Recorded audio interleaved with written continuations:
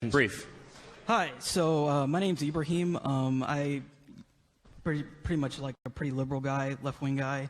I disagree with the people who are going shouting people down. I don't think that's the correct way to address our differences. I just want to ask people questions. And actually that's something that I really appreciate Dave Rubin for, is that we should have these differences out and talk about them and have a dialogue. And ironically, I actually came to another event where you were the speaker, and actually my question got censored out of the event, which is very interesting. So it was a free speech event, and they censored the questions. What's your talking about? You asked your question. I remember you. But it was taken off of your video that was uploaded on your site. Oh, it was literally edited out. Anyway, so yeah, we're on my channel. This has nothing to do with you, although okay. No, I never said that. I never said that, but it did get edited out. It was there. Hold on, buddy. You were not censored. You were in the live stream, and we're putting our Q&As after the live events as a behind the Patreon wall. Yeah. Okay. Yeah, that's how I run my business. That's fine. Is that your question? I'm not telling you what to do. Yeah, you were not censored in that you asked your question. What's your question, man? Yeah. Okay, so you guys brought up immigration a lot, and Charlie and I forget your name just had some Candace. blatant lies. So Charlie Name one. Name one. You said that illegal immigrants have a very high crime rate. If you look at and you cited some Arizona statistics. Yeah. If you cite the FBI statistics, immigrants, even illegal immigrants, have a lower crime rate than the average of the U.S. population. That is a fact. So you're cherry picking some stats, which is interesting. Secondly, it's very interesting that you guys say that illegal immigration is bad for black people because they compete for our labor. So are conservatives now against competition? So would you say the same thing about, let's say, Walmart and Costco are competing? Is the government going to go in and choose sides?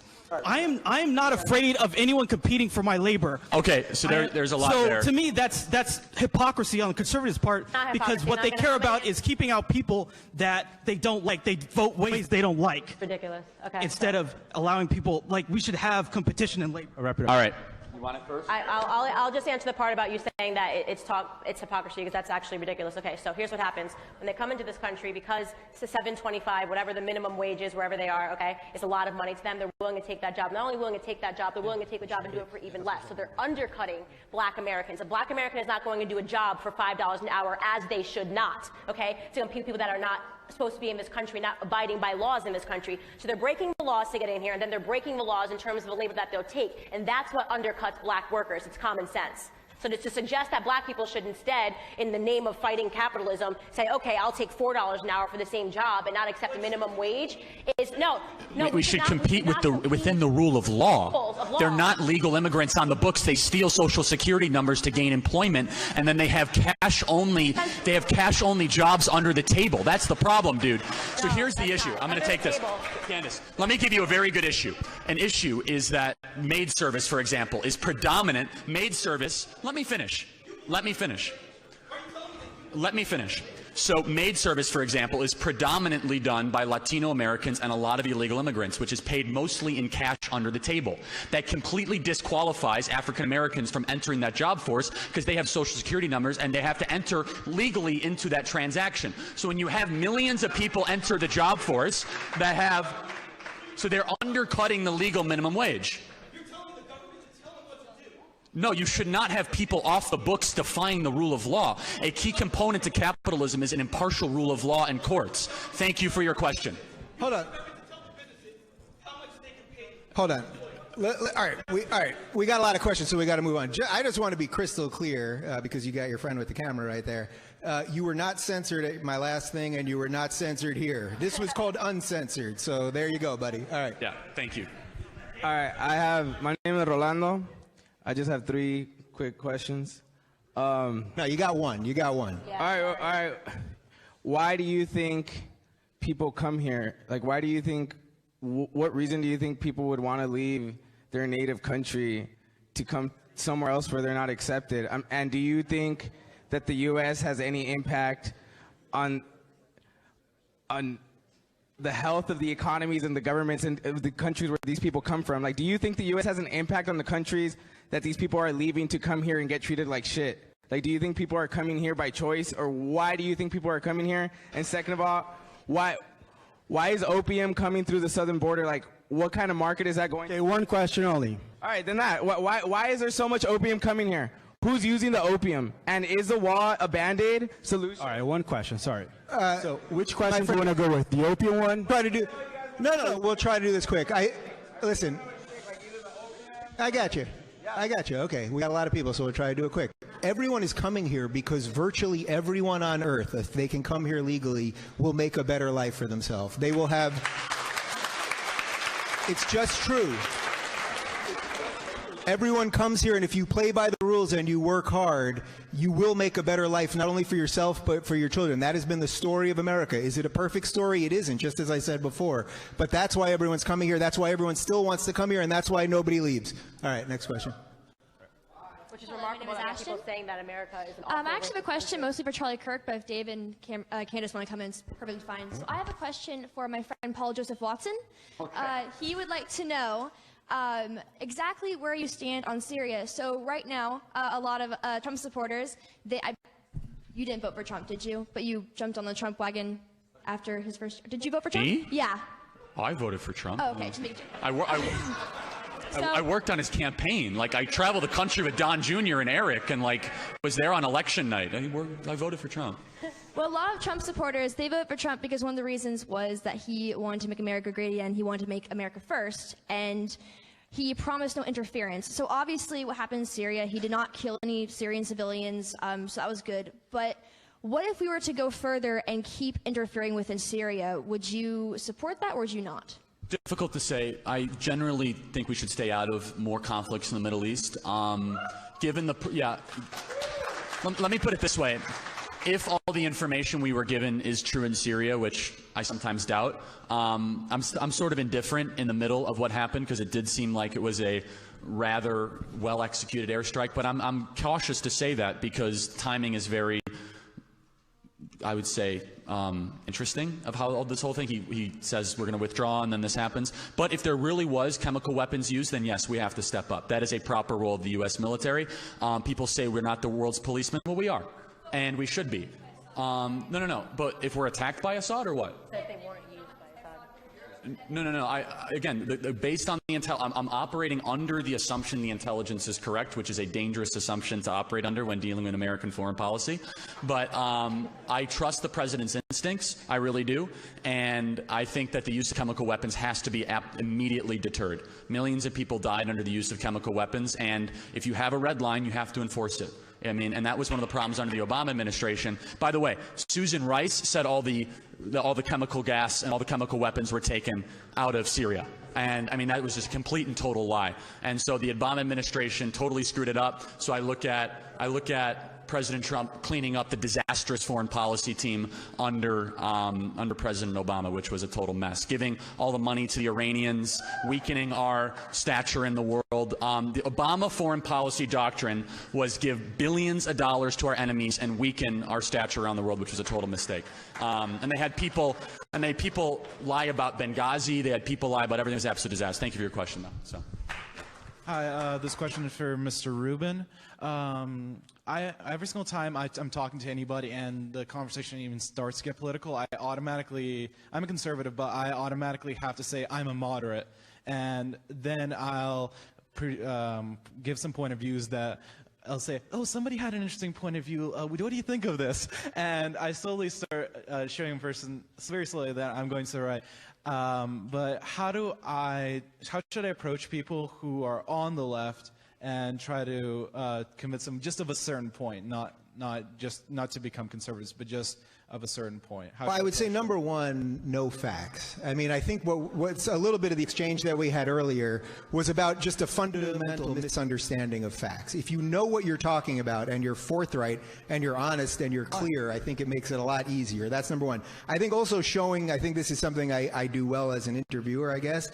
It's just showing people that you're open and you don't necessarily have every answer, but you're willing to engage in some conversation. And I think more than anything else, what the left has been really successful at doing is putting all of you guys on your heels. Because if for years and decades you're told that you're a racist because you believe in a different economic policy, or you're a bigot because you believe in a different policy related to immigration or whatever it is, eventually you close yourself off. And I know that I can tell you, because I'm sitting here with these two people, that I have consistently seen that people on the right, whether they're libertarians, conservatives, whatever, are much more open to have an open exchange of ideas, and there's been basically an intellectual collapse on the left.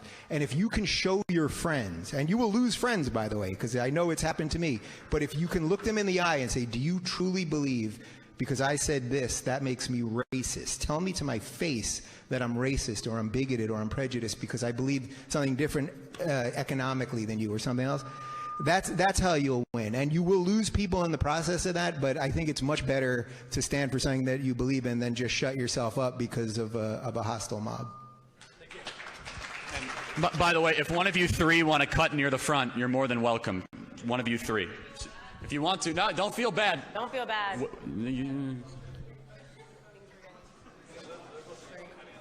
Yeah.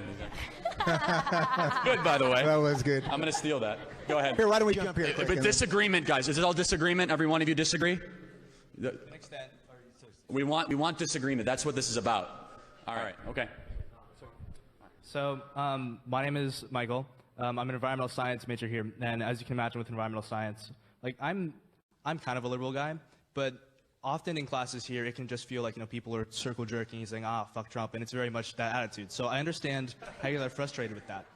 At the same time, like, the way that you guys are frustrated, I can tell you guys are frustrated, like, we're tired of people assuming that conservatives are racists or bigots.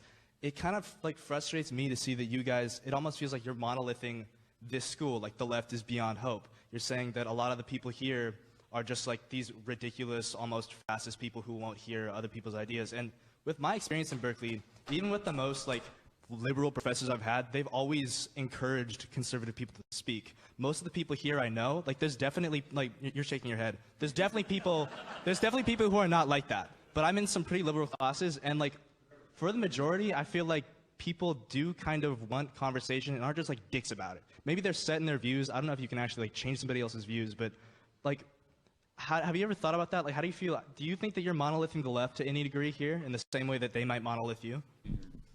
Well, I can tell you that I don't monolith the left because I was part of the left, and I understand that you have to view people as individuals. So first off, I'll go on the assumption that everything you said there is true, and that's refreshing. And those are the people that should be here, and I'm glad you're here, and I think everyone else is glad that you're here, because that's what it's all about, is exchanging some of these ideas. And here, you know what? Look, as an environmental, science major, environmental science, is that what you said? Look, this is a great place to have a really interesting discussion about science and what the role of government. We just did a show a couple weeks ago about, are there small government answers to climate change? I mean, that's a great place to have discussion, and that shouldn't be owned by the left or the right. Should it be government? Should it be private industry? It's a great place to have discussion. But this is, again, why you have to treat people as individuals. So yes, can all of us, including myself, occasionally be sloppy with language? And when you say the left, does that mean every single person? Of course not, but sometimes we have to use shorthand to get big ideas across. And we all make mistakes, and I try to be as clean as possible.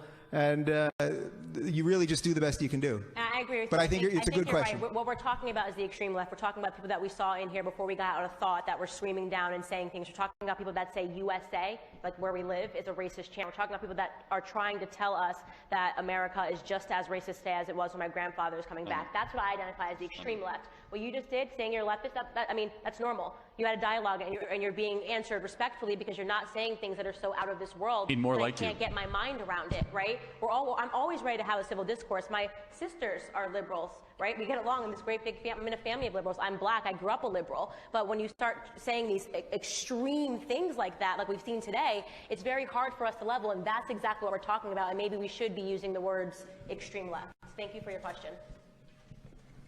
Hi, everyone. Oh my God, sorry, I get nervous in front of talking to people. Okay, so I definitely agree that, there has to be some form of illegal, immigration, some kind of law with that, because I definitely don't agree that just everybody should be able to come here, right? I think they should do things the right way, but I also know that it's extremely difficult. So oh my gosh, I'm sorry, I'm blanking out. Okay, so I've seen that we've progressed. Like, we definitely have progressed. Like, I just think that, like, I want you to acknowledge this. I don't know if you do or not. That, like, for example, you asked why black people aren't, like, the reason why there's not as many black people in universities is because they're not applying. But then we have to see as, like, why are they not applying? So I feel like they lack, like, minorities in this country lack a lot of resources. Like, it's definitely possible. Like, we've seen it happen. Like, I mean, that's why I'm here, right? But it's not as easy as it is for, like, you know, some white people. And I just want that, like, acknowledgement, because it seems as though it's like we're saying everybody starts off at the same pace and there's no, you know. Of course, we've never said everyone starts off at the same pace. That's I know, I just wanted to know. I grew up in a really rough environment, right? That's not the way that Charlie Kirk grew up. But that's not because, so there's no such thing, it's not, right? It's a little bit different. Hey, the northwest suburbs of Chicago can be really rough, Candace. And I agree with you, and I'm glad that you were able to calm down really and rough. have more of a civil discussion, because this is what I like to talk about, okay? So what we're talking about is not white privilege, it's economic privilege, okay? Anybody can aspire to economic privilege. If you work really hard in this country, you can someday have your own company and run your own thing if you're willing to work hard and do that, right? So, Can I do my thing? I love your question. I'm really glad you're here. Can I ask you 3 quick questions? You graduated high school, right? You don't yet have a kid, I'm guessing? Okay. And do you have a job of some sort? Okay. So you, based on those 3 great choices, are nearly guaranteed to not live in poverty in America. That has, let me finish.